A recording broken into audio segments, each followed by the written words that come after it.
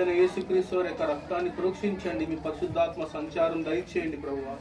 అలాగే ప్రభు లేఖనాలు చూస్తున్నప్పుడు మా యొక్క ఆత్మీయమైన కన్నులు తెరవండి. యోగ్యమైన రీతిగా పరీక్షించుకొని యోగ్యంగా బలలో పాల్గొనే కృపా కనికరం మాకు దయచేయవలసిందిగా కోరుకుంటూ ఇక్కడున్న ప్రభా ప్రతి ఒక్క ఈ యొక్క సమయాన్ని మొత్తాన్ని మీ చేతులకు అప్పచెప్తూ కరెంటు విషయంలో ప్రభా పిల్లల విషయంలో పెద్దవారి విషయంలో మీ కనికరం చూపవలసిందిగా కోరుకుంటూ యేసుక్రీస్తు నామం పేరిట ప్రార్థన అడిగి వేడుకుంటున్నాం తండ్రి.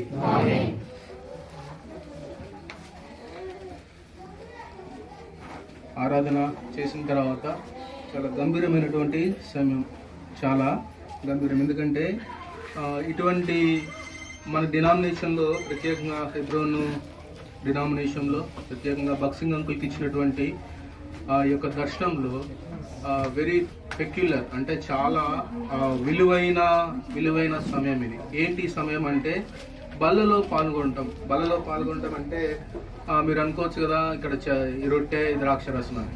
అసలు విషయం చెప్పాలంటే 1 కొరింథీ 11వ అధ్యాయం చదివితే కనుక మనకి క్లియర్ అవుతాం. 1 కొరింథీ 11వ అధ్యాయము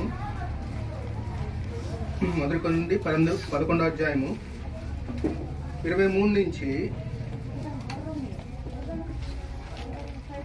30 వరకు ఒక వచనం నేను ఒక వచనం మీరు మార్చి చదువుకుందాం. 1 కొరింథీ 11వ అధ్యాయము 23 నుంచి 30 వరకు ఒక వచనం నేను ఒక వచనం మీరు మార్చి చదువుకుందాం. నేను మీకు అప్పగించిన దాన్ని ప్రభు వల్ల పొందితిని. ప్రభు అయిన యేసు తాను అప్పగింపబడిన రాత్రి ఒక రొట్టెను ఎత్తుకొని కృతజ్ఞత స్తుతులు చెల్లించి దాని గురించి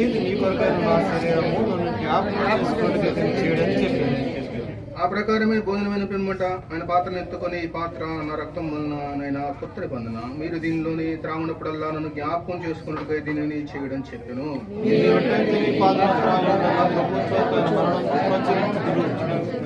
కాబట్టి ఎవడు అయోగ్యంగా ప్రభు యొక్క రొట్టెను తినునో లేక ఆయన పాత్రలో త్రాగును వాడు ప్రభు యొక్క శరీరం గూర్చి రక్తం గూర్చి అపరాధి అగును.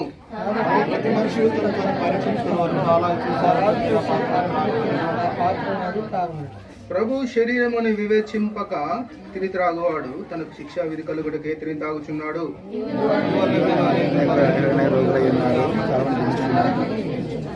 చివరి వచ్చిన నేను చదువుతా చూడండి. అయితే మనమే విమర్శించుకునే ఎడల తీర్పు పొందకపోదాం.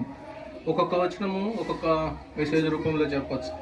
చాలా విలువైన మెసేజ్, చాలా విలువైన లేఖన భాగం. ఎందుకు బక్సింగ్ అంకుల్ ఆరాధన వ్యక్తిగతమైన ఆరాధన ఎందుకు పెట్టిండో మీ అందరికి తెలుసు. ఎందుకంటే వ్యక్తిగతంగా ఆరాధించేది మన హృదయాంతరంగా వస్తుంది.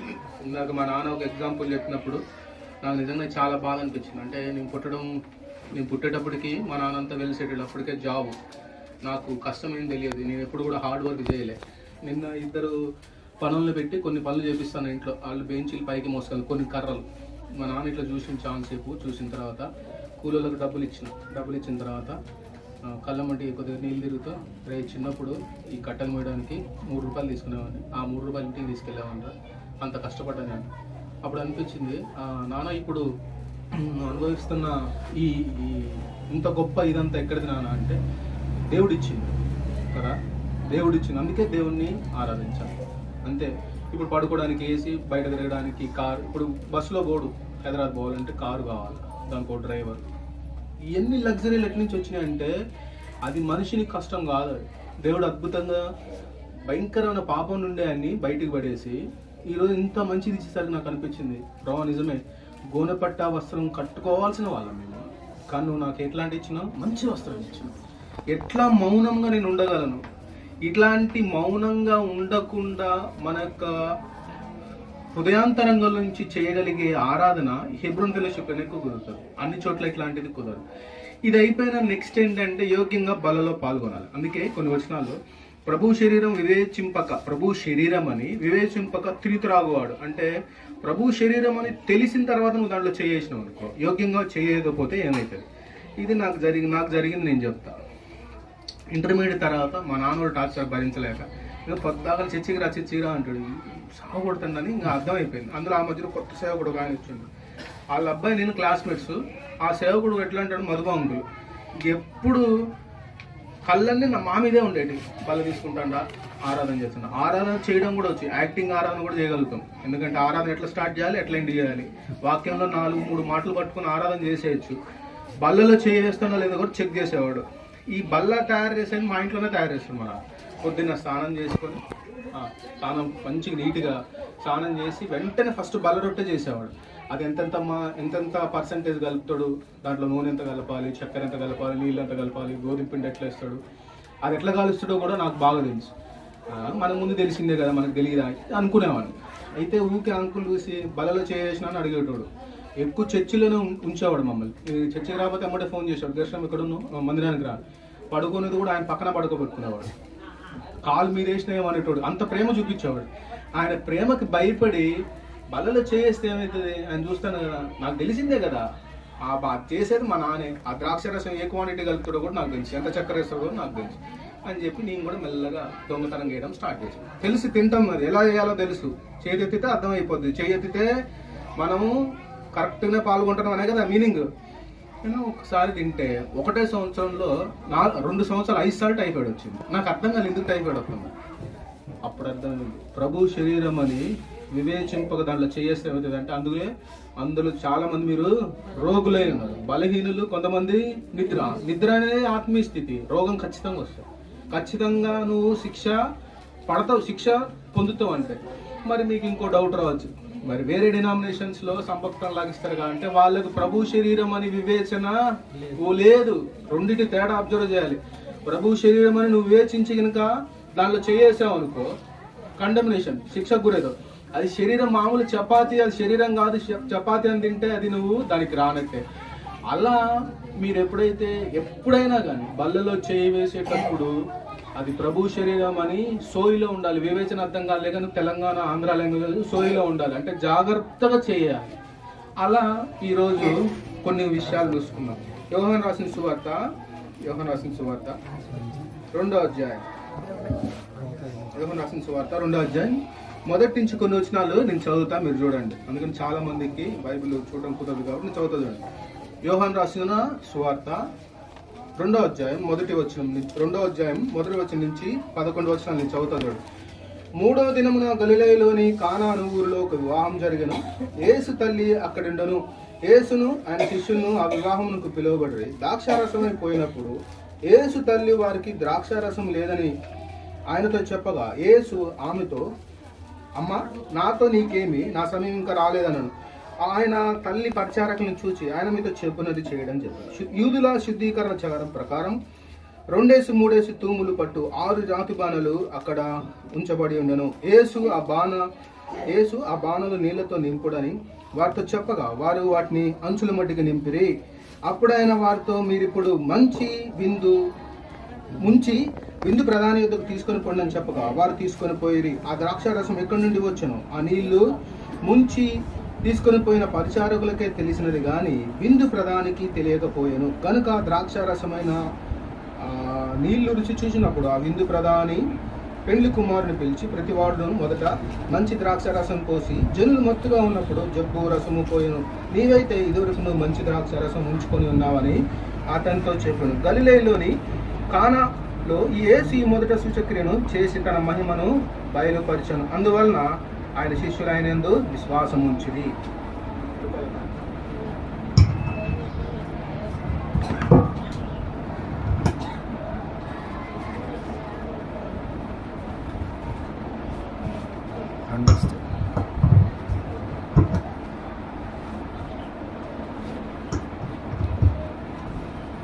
ఈ కాంటెక్స్ట్ అంతా కూడా మీకు తెలిసింది, ఎందుకంటే యోహాను సువార్త చాలా, ఎందుకంటే యేసు చేసిన మొదటి సూచక్రియ ఏంటి? ఆ సూచక్రియ అంటే కానాను ఊరిలో ఫంక్షన్కి వెళ్తారు, పెళ్లికి పిలువబడతారు. ఆయన శిష్యులు 12 మంది, వాళ్ళ మొత్తం 14 మంది ఆ పెళ్లికి వెళ్తారు. పెళ్లికి వెళ్ళినప్పుడు జరిగేది జనరల్గా మనకి తెలిసిందే. ఏం జరుగుతాయి అంటే, జరిగే విషయాలు ఏంటంటే, ఏదైనా తక్కువ పడుతుంది, లేకపోతే ఎక్కువ పడుతుంది. కరెక్ట్గా అయితే సరిపోదు. జనరల్గా పెళ్ళిళ్ళలో మనకు తెలిసిన విషయాలు ఏంటంటే, లాస్ట్ వచ్చిన వాడికి మిగిలితుంది, తగిలితే గట్టిగా తగులుతుంది, అంతే కదా. సర్వింగ్ చర్చిలో చేసేటప్పుడు ఫస్ట్ అందరికి పెట్టాలి. యూత్ అంతా, మీ యూత్లో ఉన్నప్పుడు, అంటే ఇప్పుడు యూతే అనుకోండి, పెట్టేటప్పుడు అందరికి పెట్టిన తర్వాత లాస్ట్లో ఉంటే మంచిగా తింటాం, లేకపోతే లేదు. పెళ్ళిళ్ళకి పోయినప్పుడు కూడా అంతే కదా. పెళ్ళిళ్ళకి పోయినప్పుడు ఏంటంటే, ఫస్ట్ కూర్చున్నప్పుడు బంతోడికి ఫస్ట్ మధ్యలో బాగుంటుంది, లాస్ట్లో మ్యాక్సిమం దొరకకపోవచ్చు. అప్పుడు ఏమంటే ఏం పెట్టినా పెళ్ళి ఏం దొరకలేదు, అన్నమే తెలియదు, కూర ఏం వేయలేదు, లాస్ట్లో ఇంత గ్రేవ్ వేసిండు, అది కూడా అన్ని దాంట్లో అన్ని మొక్కలే కూర్చోకపోయింది, మంచిగా జరగలేదు పెళ్ళి. అలాంటి పెళ్ళికి పోలే అంటే ఇంచుమించు అలాంటి పెళ్ళికే పోయింది యేసుక్రీస్తు. ఏమైంది, యూదుల కానాను ఊరిలో పెళ్లి జరుగుతుంది, వాళ్ళందరూ పోయారు. వాళ్ళ అమ్మకి ముందే డౌట్ వచ్చింది. కొంతమంది అంటారు ఆ ఫంక్షన్లో, అరే వేడి నీళ్ళు పొయ్యి మీద పెట్టు, రైస్ అయిపోతుంది, సాంబార్ కూడా ప్రిపేర్ చేయడానికి రెడీగా పెట్టాను. అట్లా వాళ్ళ అమ్మ కూడా ఏం చెప్పిందంటే, అయ్యా కొద్దిగా నీళ్ళు ద్రాక్షరసం అయిపోయాడు, అమ్మ నా టైం ఇంకా రాలేదు, నువ్వు కంగారు పడవు, నువ్వు పో అని చెప్పిందా. పోయింది, నిజంగా నీళ్ళు అయిపోయింది, ద్రాక్షరసం అయిపోయింది. అప్పుడు ఏం చేసింది ఆయన యేసుక్రీస్తు ఇద్దరు పిలిచింది, శిష్యులు కాదు పిలిచింది, దాసులు పిలిచింది, పనిచేసింది, ఇద్దరు రండి ఇక్కడ. ఏంటంటే యూదుల శుద్ధీకరణ ఆచారం ప్రకారం అంటే ఇంచుమించు ముస్లిం బ్యాక్గ్రౌండ్ ఉంటుంది, అంటే కాళ్ళు చేతులు నీటికి కడుక్కొని చక్కగా లోపలికి వెళ్ళాలి భోజనం చేయడానికి. అట్లా ఒక 6 రాతి బాణలు పెట్టినాడు. పెడితే ఆ రాతి బాణలు తీసుకురండి అన్న, తీసుకొచ్చామంటే ఏం చేయాలంటే శుభ్రంగా అంటే నీటికి లేదు కానీ క్లియర్గా రాయలేదు కానీ నీటికి కడగండి, మొత్తం కడిగాం, అంచుల మటుకు నీళ్ళు నింపావు. అయిపోయిందా, నింపావా? దాంట్లో ఒక మగ్గు నీళ్లు తీసుకొని పోయి విందు ప్రధాని దగ్గర తీసుకెళ్ళే లోపు ఆ నీళ్లు ద్రాక్షరసం అయిపోయింది. ద్రాక్షరసం ఆ విందు ప్రధాని తాగి పెళ్లి కొడుకు మంచి రిచ్ కిడ్స్ రా నువ్వు, అంతే నువ్వు ముందు మంచిదే పెట్టుకున్నావు, లాస్ట్ కూడా మంచి మామూలు డబ్బుల్లో అంతే అంటామా లేవు. కొన్ని ఫంక్షన్లకు వెళ్తే లాస్ట్ వరకు అన్నీ దొరికినారా, ఎంత ఖర్చు పెట్టిండ్రా నాయన అంటారా అనుకోమా. అలాంటి సూచక్రియ ఆ రోజు జరిగింది. ఏంది, రాతి బాణల్లో నీళ్లుంటాయి, నీళ్లు కాస్త ద్రాక్షరసం అయింది. ఎందుకు ఈ మొదటి సూచక్రియ ద్వారా దేవుడు ఏం చెప్తుందంటే, ఇలాంటి సూచక్రియ మీ ఇంట్లో నీ దగ్గర జరిగిందా? నీళ్లు ద్రాక్షరసమైనయా? ఎందుకు కావట్లేదు నీళ్లు ద్రాక్షరసం? నీళ్ళు అంటే సాదృశ్యం ఏంటంటే ప్రార్థన. బాగా ప్రార్థన చేసే మీ ఇంట్లో ఎందుకు మొదటి సూచక్రియ జరగట్లే? ఒక్కసారి మొదట సూచక్రియ జరిగితే ఆగదు, సూచక్రియలు జరుగుతూనే ఉంటుంది, అంతే కదా. కొన్నిసార్లు అంటాం ఫస్ట్ స్టెప్పే కొద్దిగా కష్టంగా ఉంటుంది, తర్వాత ఆటోమేటిక్గా. అప్పుడు మా ఫ్రెండ్ అన్నాడు, 1,00,000 రూపాయలు సంపాదించాను ఫస్ట్, ఆ 1,00,000 రూపాయలే డబ్బులు సంపాదిస్తాను. ఆ 1,00,000 రూపాయలు సంపాదించడానికి చాలా కష్టపడాలి. అలాంటి మొదటి సూచక్రియ మీ ఇంట్లో జరిగిందా? జరగకపోతే ఎందుకు జరగట్లేదు? ఇప్పుడు అక్కడ బావి ఒకటి ఉంది, అది ఇందాక నేను రాగానే అన్న కొద్దిగా నీళ్ళు కాలు చేతులు పడుకోవడానికి అంటే అన్న ఈ దీంట్లో నీళ్లు బాగలేదు, చెత్త ఉంది, నీకు మంచి నీళ్ళు తీసుకొస్తా వేరే అని చెప్పి తీసుకొచ్చింది. చర్చి ఓపెన్ జరిగింది, దాంట్లో నీళ్లు పోయాలనుకున్నాం, మంచి నీళ్ళు. ఏం చేస్తావు, అట్లనే పోస్తావా? బ్లీచింగ్ పౌడర్ వేసి నీటికి గడిగేసి మొత్తం తెల్ల కనపడాలి లోపల, నీళ్లు పోసి దాని మీద మూత పెడతావు. ఒకవేళ నువ్వు నీళ్లు పెట్టేటప్పుడు నీళ్లు కొన్ని పట్టిన తర్వాత ఏదో ఆకులు ఏవో పడ్డాయి, ఏం చేస్తాం, ఆకులు తీసేస్తా, తీసేది వద్దు, అలా కొన్ని నీళ్ళు కూడా తీసేసి మళ్ళీ ఫ్రెష్గా పట్టని చెప్తాం.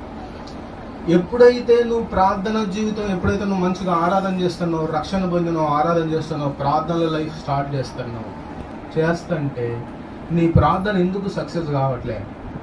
ఎందుకు మొదటి సూచక్రియ జరగట్లే? ఎందుకు నీళ్లు ద్రాక్షరసం కావట్లే? ఒకవేళ నువ్వు చేసే ప్రార్థన అంచులు మటుకు నిండినా కానీ నీ యొక్క ప్రార్థన ఎందుకు ఆశీర్వాదంగా మారట్లే? ఎందుకు నీ ప్రార్థనకి కరెక్ట్ అయిన జవాబు రావట్లేదు? క్లియర్గా మాట్లాడతాడు దేవుడు. ఎంత క్లియర్గా అంటే ఏది చేయాలో చెప్తాడు. నేను ఒకసారి ఎగ్జామ్ రాసి ఇంకా రిజల్ట్ అది అయిపోయింది, మళ్ళీ కోర్టు క్యాన్సిల్ చేస్తానని అర్థమైపోయింది. నేను ఆ టైంలో ఎక్కడికి పోవాలి ఏందని నేను కంగారు పడతాను. నాకు ఏదైనా 2 సార్లు మాట్లాడాలి. నేను కొన్ని చెప్తా. 1వ దినవృత్తాంతాలు 28లో 10వ వచనం 28వ వచనం 2 సేమ్ ఉంటాయి. 10వ వచనం ఎట్లుంటుందో 28వ వచనం. నేను ఏది అడిగినా కానీ డబల్ సార్ అడుగుతాను, 2 సార్లు చెప్పాలి. నాకు ఒకసారి చెప్తే నేను ఒప్పుకోను. ఎందుకంటే ఈ చిన్నప్పటి నుంచి వీళ్ళందరూ చెప్పి, మా నాన్న సేవకులు, విబిఎస్ టీచర్లు, సండే స్కూల్ టీచర్లు, యూత్ మీటింగ్లు, జయరాజ్ అన్న, జాన్ విక్టర్ అంకులు, బీదరదాస్ అంకులు చెప్పి ఎక్కడ ఏదుంటుందో అర్థమవుతుంది. ఫస్ట్ సారి విన్నాను, 2వ సారి ఖచ్చితంగా అదే అధ్యాయంలో రావాలి. అలాగే నాకు ఇర్మియా గ్రంథంలో నేను హైదరాబాద్ పోవాలో వద్దని ప్రార్థన చేసుకుంటాను, ఉపవాసం. ఆయన ఏమన్నా అంటే ఫస్ట్ సారిగా నాకు 2 సార్లు చెప్పాలని, ఇర్మియాలో మీకు రిఫరెన్స్ చూపిస్తాను, ఈ దేశం విడిచి వెళ్ళొద్దన్నాడు. అయిపోయింది, నాకు వద్దు, ఒకసారి వద్దు, నాకు 2 సార్లు, నా సంగతి మీకు తెలుసు, నాకు 2 సార్లు చెప్పాలి. 2వసారి కూడా చెప్పి ఈ దేశం విడిచి వెళ్ళదు. అప్పుడు అనుకున్న ప్రభావ ఇక్కడే ఉంటా. చాలా మంది మా ఫ్రెండ్స్ హైదరాబాద్ పోయి మంచి జాబులు చేస్తున్న వాళ్ళంటే ఇక్కడే ఉంటున్నారు ఆ పాలవంచులో. ఒక గెట్ టుగెదర్ ఫంక్షన్కి వెళ్ళాను. మా క్లాస్ మీద ఒక అమ్మాయి వచ్చాను, మీరు ఇంత మంచిగా చదువుకొని ఎందుకు ఇక్కడ ఉంటాను నువ్వు పాల్గొంచాలని. సరే, ఇప్పుడు దేవుని వాగ్దానాలు ఒకటేసారి వెంటనే జరగవు. ఈరోజు అనుకోగానే రేపు జరగదు. దానికి ఆయన ప్లానింగ్ అనేది ఉంటుంది. ఎందుకు ఈ విషయం చెప్తున్నా అంటే, నీ ప్రార్థన నీళ్ళు ప్రార్థన ఎందుకు ద్రాక్షరసం కావట్లేదు, నువ్వు అడుగు ప్రభావం ఎందుకు కావట్లేదు, దానికి నేను కొన్ని చెప్తా. ఎప్పుడైతే నువ్వు నిన్ను ఖాళీ చేసి దేవుడు నింపడం స్టార్ట్ చేస్తాడో, నువ్వు ప్రేయర్ ద్వారా నీ లైఫ్ని నింపుకుంటానో, కొంత చెత్త పడతారు దాంట్లో. మనుషులం కదా, పొరపాటున చాలా తప్పులు చేస్తాం. చూపు ద్వారా చేస్తాం, తలంపు ద్వారా చేస్తాం, నడక ద్వారా చేస్తాం. పొరపాటున జరిగేవి ఉంటాయి, ఇంటెన్షనల్గా జరిగేవి ఉంటాయి, అలవాటుగా చేసే తప్పులు ఉంటాయి, ఇవన్నీ ఉంటాయి. వీటిని ఎట్లా ఆ ప్రేయర్ లైఫ్లో నుంచి ఎట్లా అవన్నీ తీసేయాలా? నీ ప్రార్థన పర్ఫెక్ట్గా సంపూర్తిగా 100% ఉంటే నువ్వు ఏది అడిగితే ఇస్తావు. అడుగుడి మీకు ఇవ్వబడు, తట్టుడి మీకు తీయబడు. ఎందుకు తీయట్లే? అడిగితే ఎందుకు ఇవ్వట్లే? తడతంటే ఎందుకు తీయట్లేదు అంటే కారణం ఏంటంటే, నీ ప్రేయర్ లైఫ్లో ఆ నీళ్ళల్లో కొంత చెత్త ఉంది. ఆ చెత్త మొత్తం తీసాను. ఏంటిదంటే కొలసీలు రాసిన పత్రిక 3వ అధ్యాయం 8వ వచనం. కొలసి 3:8 నేను చదువుతా చూడండి. కొలసి ఇప్పుడైతే మీరు కోపము, ఆగ్రహము, దుష్టత్వము, దూషణ, మీ నోట బూతులు అని వీటన్నిటిని విసర్జించు. అంటే నువ్వు క్రైస్తవుడివే, రక్షణ పొందినావు, ఆరాధన చేస్తున్నావు, మందిరానికి చక్కగా వస్తున్నావు, బళ్ళలో కూడా చేస్తున్నావు, పరిచర్యకు కూడా పోతున్నావు, పాటలు పాడుతున్నావు, అన్ని రకాలుగా ఓకే. కానీ నీ లైఫ్లో కొన్ని ఉన్నాయి. ఏంటి తెలుసా అవి? ఫస్ట్ వన్ కోపం ఉంది, రెండోది ఏంటిది ఆగ్రహం ఉంది, మూడోది ఏంటిదంట దుష్టత్వం ఉంది, నాలుగోది దూషణ, ఐదోది ఏంటంట మీ నోట బూతులు. ఇవి ఉంటే నీ ప్రార్థన నీళ్ళు ద్రాక్షరసం కాదు. నీ వల్ల ఎక్కడ కూడా మంచి జరగదు. వీటన్నిటిని డిస్కస్ చేయడానికి టైం లేదు. కానీ దీంట్లో ఒక్కటి చెప్తాం. ఈసారి వచ్చినప్పుడు ఇదే దాని మీద ఇంకో రెండోది చూద్దాం. దీంట్లో దుష్టత్వం అనే దాన్ని చూద్దాం. దుష్టత్వం అంటే మీనింగ్ ఏంటంటే ఇంగ్లీష్లో మలైస్ అంటారు. మలైస్ దీనికి తెలుగులో మీనింగ్ చెప్పాలంటే, అంటే డీటెయిల్డ్గా నిర్వచనం చెప్పాలంటే, నీ ఇష్టపూర్తిగా తప్పు చేయటం. తప్పు నువ్వు ఒక్కడే కాదు, నువ్వు చేసిన తప్పు నీతో పాటు నీ చుట్టుపక్కల ఉన్న వాళ్ళందరినీ కూడా ఇబ్బంది పెడతాడు, బాధ పెడతాడు. అట్లా జరుగుతుంది దుష్టత్వం అంటే. అంతే కదా, దుష్టత్వం అంటే ఇప్పుడు ఒక తాగి డ్రైవ్ చేయకూడదు, మద్యం సేవించి డ్రైవ్. దానివల్ల ఏమవుతుంది? నువ్వు ఇబ్బంది పడతావు. ఫస్ట్ నీతో పాటు ఉన్న వాళ్ళందరూ పడతారు, ఎదురుంగోడు కూడా పడతారు. రీసెంట్గా ఒక యాక్సిడెంట్ జరిగింది. మా మిస్సెస్ వాళ్ళన్న కారు వేసుకొని ఒక సేవకుని ఒక ఏరియాకి తీసుకుపోతాను. ఇంకొక 10 నిమిషాలు అయితే ఏరియాకి వెళ్తాను. నేను అప్పుడే ఫోన్ చేసిన, ఎక్కడున్నావు బావ అంటే, బావ నేను దించేసి 10 నిమిషాల్లో, హాఫ్ అన్ అవర్లో నీ దగ్గర ఉంటా అన్నాడు. సరేలే అని కరెక్ట్ 15 నిమిషాల తర్వాత ఫోన్ చేసి ఎడుతుంది. ఏమైంది బావ అంటే, లారీ గుద్దింది బావ, కారు అంతా నుజ్జు అయిపోయింది, నా కాళ్ళు కూడా ఇరిగిపోయినాడు. నాకు మస్తు భయం అయింది. మొన్ననే వాళ్ళ ఫాదర్ చనిపోయాడు, అంతకుముందు వాళ్ళ మిస్సెస్ చనిపోయింది. చాలా భయం వేసింది, ఏంది ఇట్లా అయిపోయిందని. అమ్మ ఏమైందని తీరా పోయి చూస్తే పెద్ద ట్రక్, ఏది మన యాష్ నడిపే పెద్ద ట్రక్ ఉంటుంది, చాలా పెద్దది. వాడు గంజాయి తాగి స్టీరింగ్ మీద ఇట్లా పడుకున్నాడు. వాడికి సోయి కూడా లేదు, అసలు వీడు చచ్చిపోవాలి. అసలు ఆ కారు చూసి నేను నిలిచి ఒక 2 నిమిషాలు మాట్లాడలేదు. అసలు నువ్వు ఎట్లా బతుకున్నావు అని అడిగిన. అంత నుజ్జు అయింది. అంటే దుష్టత్వం అంటే ఏంటంటే, వానితో పాటు వాడు కొత్త కారు కొనుక్కుండు పాప మా బామ్మలు, దానికి 4.5 లక్షలు ఖర్చు అయింది. దాంట్లో ఒక సేవకుడికి గడ్డం పగిలింది, వాళ్ళ అమ్మకి రిబ్స్ ఇరిగినాయి, దాంట్లో కొంత డ్యామేజ్. దేవుడు కాపాడిండు. ఆ యాక్సిడెంట్ చూసిన వాళ్ళు ఎంతమంది చచ్చిపోయినారని అడిగింది అక్కడ పోయినప్పుడు. అలాంటి దుష్టత్వం నీలో ఉందా? ఉంటే కనుక నీ ప్రార్థన సక్సెస్ కాదు. అలాంటిది ఉంటే కనుక నువ్వు ఒప్పుకొని బలలో చేయాలి, లేకపోతే నీకు అనేది ఉండదు. దాని కొరకు యెహోషువ రాసిన గ్రంథము యెహోషువ గ్రంథము మొదటి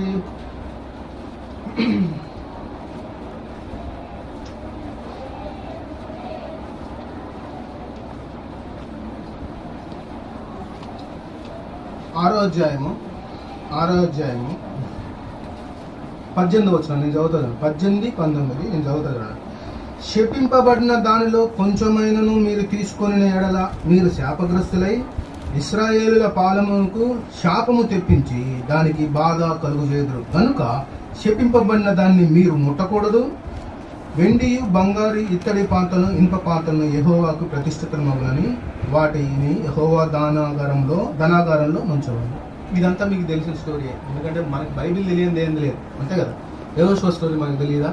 ఏముంది? ఎరుకో గోడలో పోలీస్ సంగతి నీకు తెలియదా? నాకు తెలియదా? ఎన్నిసార్లు విన్నా నేనైతే, నువ్వు కూడా అన్నిసార్లు విని ఉంటావు. కానీ ఏంటి దాంట్లో నుంచి మనం ఏం నేర్చుకోవాలంటే, ఆకాన్ జీవితం నుంచి ఏం నేర్చుకోవాలంటే, అసలు ఈ స్టోరీ అంతా మీకు సింపుల్గా చెప్పేస్తా. రెఫరెన్స్లు ఎక్కువ తీయాల్సిన, జస్ట్ మీరు కాన్సన్ట్రేట్ వింటే చాలు. యోగ్యంగా ప్రార్థన చేసుకుని బలలో పాల్గొనాలి. ఇశ్రాయేల్ ప్రజలు కానాను బోర్డర్లోకి వస్తారు. ద్వితీయోపదేశకాండ ఎండింగ్లో మోషే చనిపోతాడు. మోషే చనిపోయేటప్పుడు ఆ లీడర్షిప్ ఎవరికి ఇస్తారంటే యెహోషువకి ఇస్తాడు. యెహోషువ కానాన్లోకి నడిపించాలి, చాలా యుద్ధం చేయాలి. కానాన్లోకి ఎంటర్ కావాలంటే ఫస్ట్ ప్రవేశ ద్వారం ఎరుకో పట్టణం ఏంటంటే దాని చుట్టూ కూడా ఒక బలిష్టమైన గోడలాగా బలిష్టమైన ఒక గోడ కట్టారు. దాన్ని ప్రాకారం అంటారు. అది 10 అడుగుల 12 అడుగుల ఎత్తు, 5 అడుగుల వెడల్పు, మధ్యలో బురుజుల్లా కట్టి ఆ యొక్క దాని మీద కూడా ప్రజలు నివసించే అవకాశం ఉంది. అటువంటి దుర్భేద్యమైన చుట్టూ ప్రాకారం ఉంటుంది. ఒకటే ఎంట్రన్స్ ఆ ఎరుకో పట్టణంలోకి వెళ్ళాలంటే. ఆ గేట్ క్లోజ్ చేశారు. కారణం ఏంటంటే ఇశ్రాయేల్ ప్రజలకు భయపడి ఎరుకో రాజు క్లోజ్ చేసిండు. కానీ దేవుడు ఏం చెప్తాడంటే, మీరు ఎరుకోలోంచే లోపలికి పోవాలి, ఇదే ప్రవేశ ద్వారం అని చెప్తాడు. మరి అంత భయంకరమైన ప్రాకారాన్ని పడగొట్టడం మాకు చేత కాదంటే ఏం చెప్తారంటే, బాబు మీ దగ్గర యాజకులు ఉన్నారా? ఉన్నారండి. మీరు యాజకులు తీసుకొని రోజుకొకసారి అట్లా 7 రోజులు ఆ ప్రాకారం చుట్టూ పట్టణం చుట్టూ తిరగండి, పాలనలోకి వెళ్ళిపోండి. వెళ్ళేటప్పుడు ఫస్ట్ రోజు సౌండ్ చేయొద్దు, రెండో రోజు సౌండ్ చేయొద్దు, సౌండ్ చేయకుండా సైలెంట్గా వెళ్ళాలి. 7వ రోజు మాత్రం పొద్దుగాలే చాలా పెందల కాడ లేచి 7 సార్లు ఆ పట్టణం చుట్టూ తిరిగి కేకలు వేస్తే ఆ పట్టణపు ఆ ప్రాకారం పడిపోతుందని చెప్పిండు. ఓకే, పట్టణం వాళ్ళు అలాగే చెప్పేటప్పుడు ఒక కండిషన్ ఏం చెప్పిండంటే, ఒరే బాబు, మీరు ఎరుకో ప్రాకార పట్టణం పడిపోయిన తర్వాత లోపలికి వెళ్ళినప్పుడు అందులో ఏం తీసుకోవద్దు మీరు అంటే, ఆడోళ్ళని తీసుకోవద్దు, జంతువులను తీసుకోవద్దు, గొర్రె మేక ఏది వద్దు, అన్నిటిని కూడా జీవంతో ఉన్న వాటిని అన్నిటిని కూడా చంపేయాలా. ఒకవేళ ఇత్తడి బంగారం ఇట్లాంటివి ఏమైనా దొరికినాయి అనుకోండి, ధనాగారం, యెహోవా ధనాగారం అంటే దేవునికి ఇవ్వాలని చెప్తాడు. ఓకే, ఇది టెస్ట్, దీని గురించి చిన్న టెస్ట్. ఒకవేళ అది ముట్టుకుంటే ఏమైతుందో కూడా చెప్పిండు. అదే కదా 18 వచ్చిన శపింపబడిన దాంట్లోంచి నువ్వు కొద్దిగా తీసుకున్నావు అనుకో, నీకే కాదు నీతో పాటు ఉన్న వాళ్ళందరికి కూడా దెబ్బ తగులుతుంది. అది మరొక చూడదు. శపింపబడిన దానిలో కొంచెమైనా మీరు తీసుకునేలా మీరు శాపగ్రస్తులై ఇశ్రాయేలు పాలనకు శాపము తెప్పించి దానికి బాధ కలుగుతుంది. ఇది దుష్టత్వం అని క్లియర్గా చెప్పిండు. బాబు మీరు దాంట్లోకి ఏం తీసుకోవద్దు, మీరు వెళ్ళాలంటాడు. సరే, మ్యాటర్ అయిపోయింది. 7 రోజులు తిరిగారు. 7వ రోజు ప్రాకార గోడలు కింద పడిపోయినాయి. ఇశ్రాయేల్ ప్రజలు ఎరుకో గోడలు ఎక్కి లోపలికి వెళ్ళి దాని అంతా కూడా నాశనం చేస్తారు. ఆ రాహాబు అనే ఒక వేశ్యను మాత్రం రక్షించి బయటికి తీసుకొస్తాడు. ఇది అయిపోయింది. దీంట్లో ఆకాన్ అనేటోడు ఉన్నాడు ఒకడు, నాలాంటి వ్యక్తి. ఏం చేసిందంటే, చూడటంతోనే ఒక బంగారు కమ్మి కనపడ్డది, వెండి కనపడ్డది, మంచి ప్రశస్తమైన వస్త్రం కనిపించింది. ఎవరు లేరు, చూసినా ఎవరు చూడట్లేగా, తీసేది కమాన్ అని చెప్పి దాన్ని తీసుకెళ్ళి గుడారం కింద దాచిపెట్టిన. ఎవరికి చెప్పలే, ఇంట్లో పిల్లలకు చెప్పలే, భార్యకు చెప్పలే, అమ్మకు చెప్పలే, నాన్నకు చెప్పలే, ఎవరికి చెప్పలే. ఆకాన్ తీసుకెళ్ళి దాన్ని డేరా కింద పెట్టు. అయిపోయింది. నెక్స్ట్ ఎరుకో పెద్ద పట్టణం, దాన్ని జయించినాం కదా. ఎరుకో తర్వాత హాయి అనే చిన్న పట్టణం ఉంది. నెక్స్ట్ అధ్యాయంలో అది ఉంది. చదివితే టైం అయిపోతుంది, కానీ మా నాన్న ముందు తక్కువ సేపు చెప్పాలి, ఎందుకంటే ఎండ్ అయిపోయింది కదా, ఎందుకంటే ఉడకపోస్తుంది కదా. దాన్ని ఏం చెప్పానంటే, నెక్స్ట్ హాయి పట్టణం చాలా చిన్న పట్టణం. ఆ చిన్న పట్టణానికి ఇంతమంది ఎందుకు ఇంతమందికి ఎందుకు? 3,000 మంది 4,000 మంది చాలు. సార్ 4,000 మంది పోదామని చెప్పి హాయి పట్టణానికి యుద్ధానికి పోయారు. పోతే హాయి పట్టణం అసలు వీళ్ళు ఉరికిచ్చి 32 మందిని చంపుతారు. యెహోషువకి భయం అవుతుంది. ఫస్ట్ యుద్ధం సక్సెస్ అయింది. ఎరుకో లాంటి భయంకరమైన ప్రాకార పట్టణాన్ని మనం పడగొట్టాం. హాయి దగ్గర ఎందుకు ఓడిపోయినాం? ఎమ్మటే యెహోషువ అధైర్యపడలేదు. కారణం ఏంటి? అంతేగా, ఎప్పుడైనా నీ జీవితంలో ఏదైనా నీకు నష్టం కలగజేసింది అంటే వెంటనే నువ్వు చేయాల్సిన పని ఏంటంటే యెహోషువ అలాగా ప్రార్థన చేయాలి. యెహోషువ ఎమ్మటే ఉపవాసం ఉండి ప్రార్థన చేసింది. ప్రభువా, నువ్వు నన్ను ఎందుకు ఏర్పరచుకున్నావు? మోసే తర్వాత నాకెందుకు లీడర్షిప్ ఇచ్చావు? కాలేబు కూడా ఉన్నాడు నాతో పాటు, కాలేబుని వద్దని నాకు ఇచ్చినావు. నువ్వు నాకు వాగ్దానం కూడా ఇచ్చినావు. యెహోషువ 1వ అధ్యాయంలో ఉండదు, నిబ్బరం కలిగి ధైర్యంగా ఉండదు, నీతో వచ్చేవాడు నీతో ఎవడైనా యెహోవాయే అన్నావు. నువ్వు అడుగుపెట్టి ప్రతిఫలం ఇస్తా అన్నావు. ఎరుకోని ఇచ్చినావు, చిన్నదాని మీద ఎట్లా పోయినా నేను? చెప్పు ప్రభువా, దండం పెడతా అని చెప్పి ఏడ్చుకుంటూ ప్రార్థన చేస్తే యెహోషువ నేనేం చెప్పినాను? ఏం చెప్పావయ్యా? శపింపబడిన దాంట్లో నుంచి కొద్దిగా కూడా తీసుకుని, మా దాంట్లో ఎవరు తీసుకున్నారంటే, మీ దాంట్లో కూడా తీసుకున్నాడు, పోయి ఎంక్వైరీ చేసుకోపో అన్నాడు. ఎప్పుడైతే హాయి పట్టణం మీదకి పోయి యుద్ధం ఓడిపోయిందో జనాలకి భయం వేసింది, ప్రార్థన చేసింది, దేవుడు చెప్పిండు అయిపోయింది యెహోషువకి. కానీ ఆకాను ఒప్పుకోవడానికి ముందుకు రాలే. ఏం చేసింది తెలుసా? నెక్స్ట్ ఈ అధ్యాయంలో, నెక్స్ట్ 7వ అధ్యాయంలో ముందుకు వెళ్తా ఉంటే, మీరేం తీయద్దు, మీరు మొత్తం దీంట్లో ఉన్నదే చెప్తాను, నేను బట్టి వచ్చిన, మీరు ప్రశాంతంగా ఉండే చాలు, 5-10 నిమిషాల్లో 7వ అధ్యాయంలో ముందుకెళ్ళి ఒక ఏంటంటే ప్రార్థన చేస్తే ఎవరు దొంగతనం చేశారు ఎవరు చెప్పట్లే. అందరు సైలెంట్గా, ఆకాను కూడా సైలెంట్గా ఉండదు. ఎవర్రా చేసింది చెప్పట్లే. ఎవర్రా దాంట్లో నుంచి మీరు కొద్దిగా తీసుకున్నదంటే చెప్పట్లే. దేవుడు చూపించడం స్టార్ట్ చేసింది. ఫస్ట్ యూదా గోత్రం పట్టుబడ్డది. యూదా గోత్రం పట్టుబట్టడంతోనే జరహు వంశం పట్టుబడ్డది. జరహు వంశం పట్టబట్టడంలో జబ్దీ పట్టబడ్డది. జబ్దీ పట్టుబట్టడంతోనే కర్మి పట్టబడ్డాడు. కర్మి పట్టబడడంతో నెక్స్ట్ ఆకాను పట్టబడ్డాడు. అంటే దేవుడు నీకు ఏదన్నా తప్పు చేసి నువ్వు దుష్టత్వంలో ఉంటే ఒకటేసారి నీ మీదకి ఏది తీసుకున్నాడు. ఫస్ట్ కొన్ని వార్నింగ్స్ పంపిస్తాడు. నువ్వు సెట్ అయ్యి ఇక్కడ యోగ్యంగా పాల్గొంటావు. ఫస్ట్ యూదా గోత్రం పట్టుబడగానే ఆకాను అన్న నన్ను క్షమించండి అన్న, నేనే అన్న తీసింది, అయితే నన్ను క్షమించని చెప్పలే. నెక్స్ట్ వాళ్ళ ముత్తాత పేరు జరహు చెప్పిండు. జరహు వంశం పట్టుబడ్డది.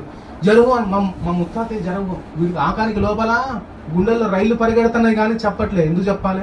లాస్ట్ వరకు స్కిప్ కావచ్చుగా, ఎవడు కనిపెడతా. నేను చేసింది ఇంత 50 తులాల బంగారు కమ్మి 200 తులాల వెండి వస్తాం, ఎంత ఉంటే మొత్తం కలిపి ఇంత ఉండదు. అది కూడా మా ఇంట్లో కూడా లేదు, నా గుడారం కింద దాచిపెట్టిన. ఎవడు చూసిన దాన్ని? నేను కాదు, ఇంకెవరైనా చేసుంటారు. దుష్టత్వం చేస్తే గుర్తుపెట్టుకో, వేరే వాళ్ళని ఇబ్బంది పెట్టాలని నువ్వు పాపం చేస్తే, నీ దురాశతో కనుక నువ్వు పాపం చేస్తే నువ్వు ఒప్పుకోవడానికి ఇష్టపడు.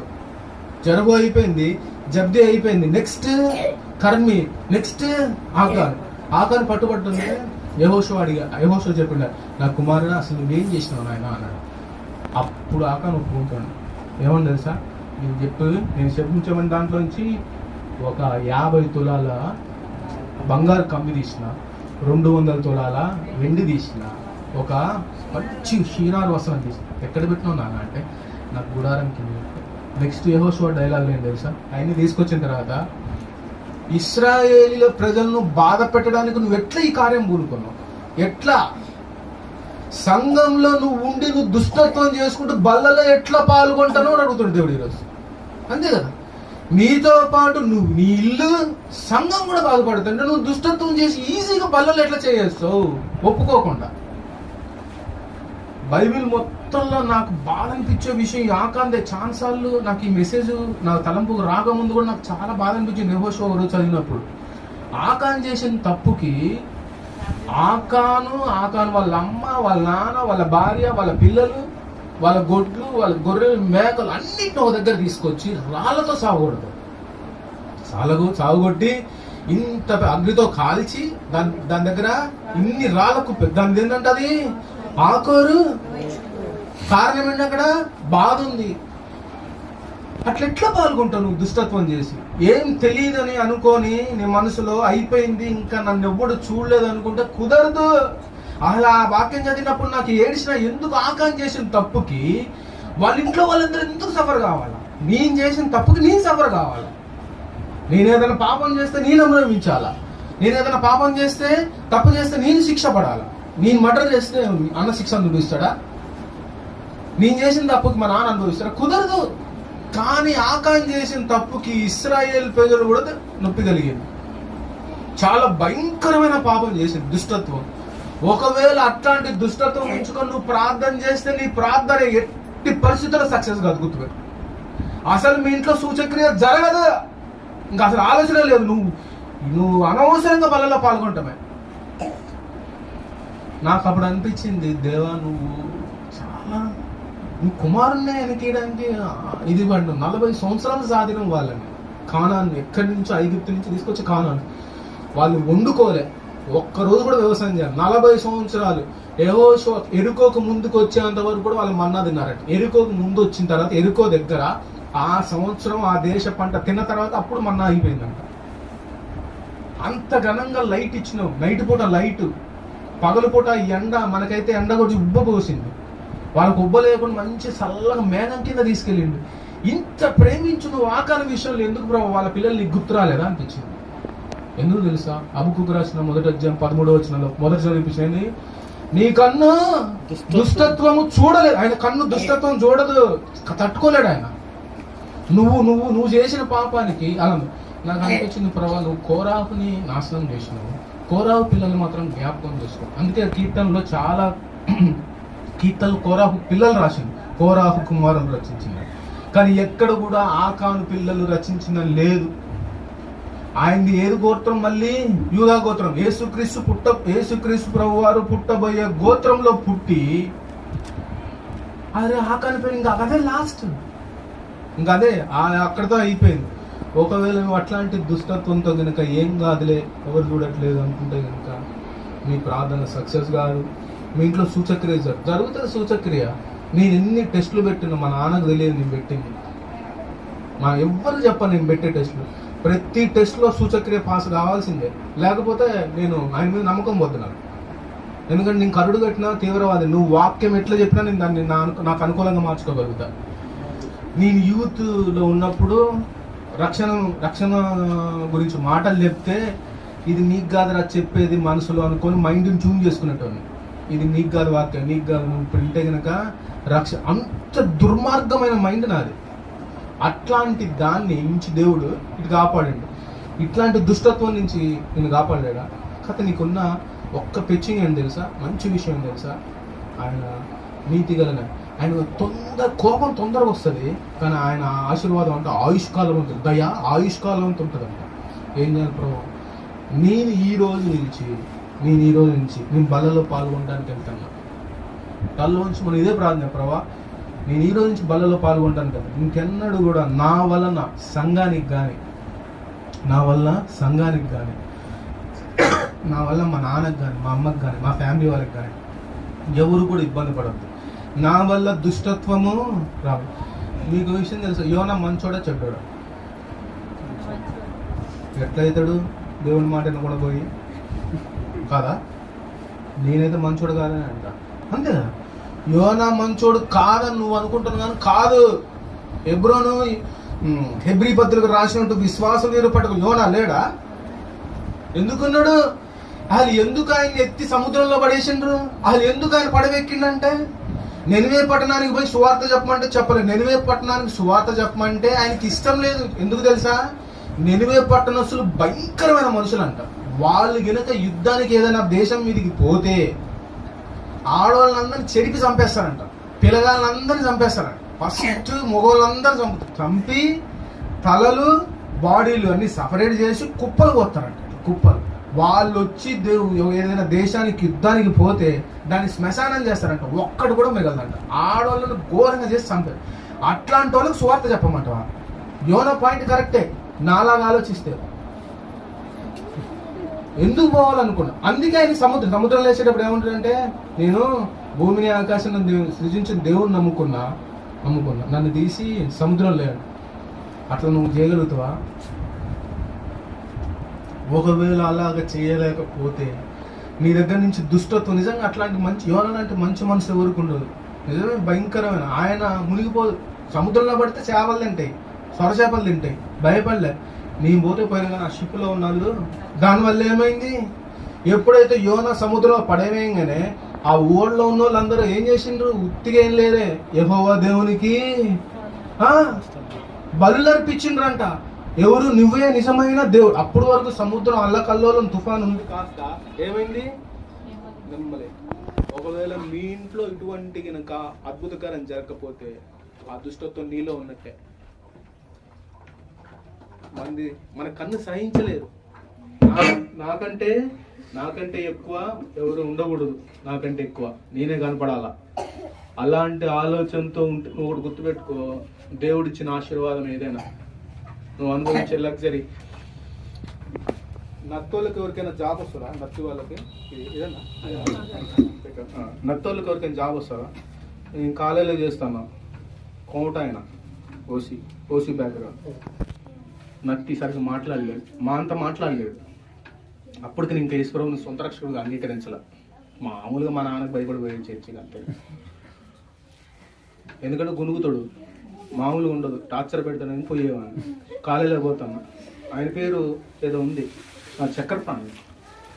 యేసుప్రభుని హిందూ బ్యాక్గ్రౌండ్ నుంచి నమ్ముకొని government degree college lecturer job వచ్చింది. అలా ఆయనకి సబ్జెక్ట్ రాదు పోలిస్తే.